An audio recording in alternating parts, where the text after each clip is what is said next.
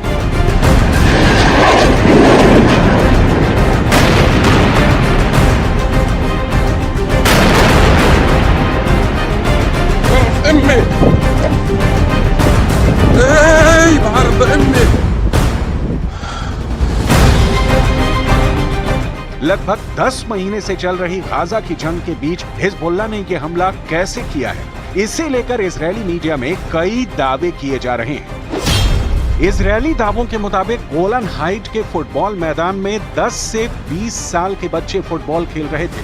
ठीक उसी वक्त हिजबुल्लाह ने पहले रॉकेट से हमला किया और फिर एक हमला ड्रोन से किया।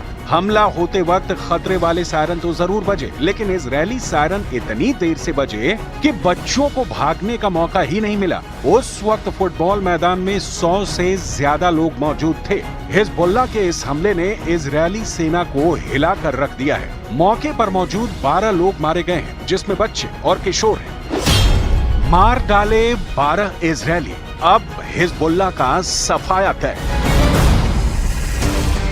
हालांकि हिजबुल्लाह ने इस हमले की जिम्मेदारी लेने से साफ इनकार किया है। हमास के युद्ध में हिजबुल्लाह इजरायल पर अटैक करता रहता है, लेकिन यह हवाई हमला अब तक का सबसे घातक हमला था। हमले के समय इजरायल के प्रधानमंत्री बेंजामिन नेतन्याहू अमेरिका में थे। नेतन्याहू और इजरायली कमांडरों ने साफ कह दिया है कि अब हिजबुल्लाह को इस हमले की ऐसी कीमत चुकानी पड़ेगी जो उसकी आने वाली नस्लें याद रखेंगी।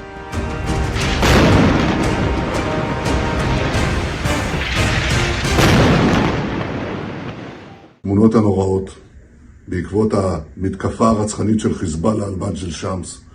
בין הנרצחים ילדים קטנים ששיחקו כדורגל וגם נרצחים אחרים. לב כולנו נשבר מהמראות הללו. אנחנו מחבקים את המשפחות, מחבקים את העדה הדרוזית כולה ברגעם הקשה, שהוא גם רגענו הקשה. इजरायल डिफेंस फोर्स के मुताबिक हिजबुल्लाह ने इजरायल पर एक साथ 3 हमले किए, जो गोलान हाइट्स में आईडीएफ के बेस, किरियत शिमोना में बेत हिलेल बेस और फुटबॉल मैच में हमला हुआ। वहां पर मौजूद लोगों ने बताया कि फुटबॉल मैदान पर खतरे का अलर्ट सायरन बजाया गया था।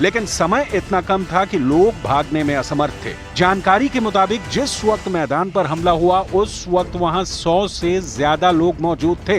आईडीएफ का दावा है कि हिजबुल्लाह ने 40 से ज्यादा रॉकेट इजरायल पर दागे थे, जिसमें कुछ रॉकेट फुटबॉल मैदान पर गिरे हैं। आईडीएफ के स्पोक्स पर्सन कर्नल अविचाय अर्देई ने प्रेस कॉन्फ्रेंस में बताया कि यह हमला चेम्बा के रॉकेट लॉन्च साइट से कमांडर अली मोहम्मद याया के गाइडेंस में किया गया है। इजरायल पर यह हमला दक्षिणी लेबनान पर इजरायली हवाई हमले में हिजबुल्लाह समूह के 3 सदस्यों के मारे जाने के कुछ घंटों के बाद हुआ।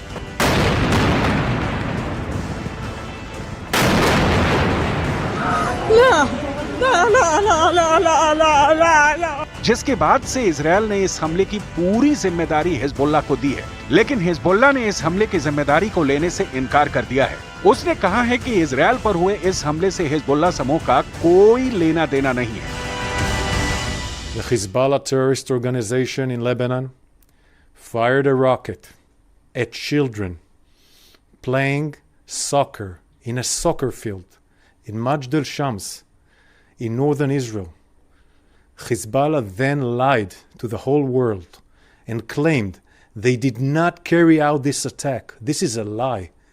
We can confirm that Hezbollah murdered 10 children in this brutal attack and injured more than 20 were injured in this brutal attack.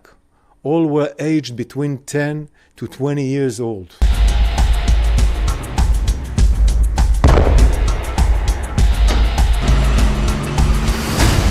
Israel का बदला शुरू, मारा जाएगा हिजबुल्लाह। इस हमले के बाद से इजरायल और लेबनान के हिजबुल्लाह लड़ाकों के बीच भीषण जंग शुरू हो गई है। फोर्स ने बमबारी शुरू कर दी है। दावा किया जा रहा है कि हिजबुल्लाह के सीमावर्ती गांव कफर किला में मौजूद हिजबुल्लाह के हथियार डिपो को इजरायली सेना ने उड़ा दिया है। इसमें कई लड़ाके भी जान कैसे ली है। दावों के मुताबिक हिजबुल्लाह ने फलक 1 रॉकेट से हमला किया है। केवल हिजबुल्लाह ही फलक रॉकेट इस्तेमाल करता है। आईडीएफ के अधिकारी के मुताबिक फलक 1 ईरान निर्मित रॉकेट है, जिसमें 50 किलोग्राम से ज्यादा विस्फोटक लगते हैं। हिजबुल्लाह ने कहा है कि उसके लड़ाकों ने इजरायली सैन्य चौकियों के खिलाफ रॉकेट और विस्फोटक ड्रोन का उपयोग करके 10 अलग अलग हमले किए, जिनमें से आखिरी में कत्यूशा रॉकेट से मालेह गोलानी में हरमोन ब्रिगेड की सेना कमान को निशाना बनाया गया है। इधर मिडिल ईस्ट के अल अरबी चैनल ने दावा किया है कि उसे चश्मदीदों ने बताया है कि हिजबुल्लाह के रॉकेट से फुटबॉल में लोग नहीं मारे गए हैं, बल्कि इजराइल के आयरन डोम की मिसाइल फेल हुई और वो फुटबॉल मैदान पर गिर पड़ी, जिससे धमाका हुआ और लोग मारे गए। देखिए चैनल की रिपोर्टर क्या दावा कर रही है, क्यों कहा जा रहा है कि यह हमला इजराइल का फॉल्स फ्लैग ऑपरेशन है।